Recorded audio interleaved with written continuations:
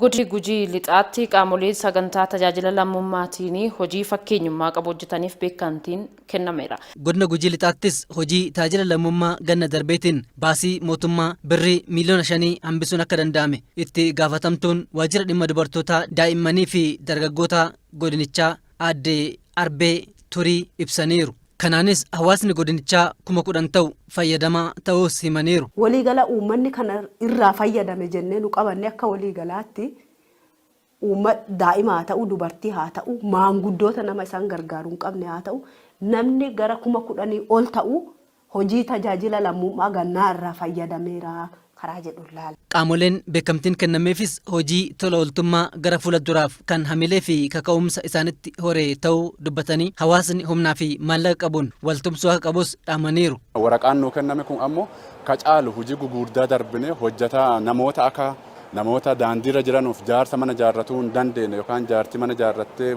keessa buluu hin dandeenye kabiraallee argine kacaalu akka nuti deemne.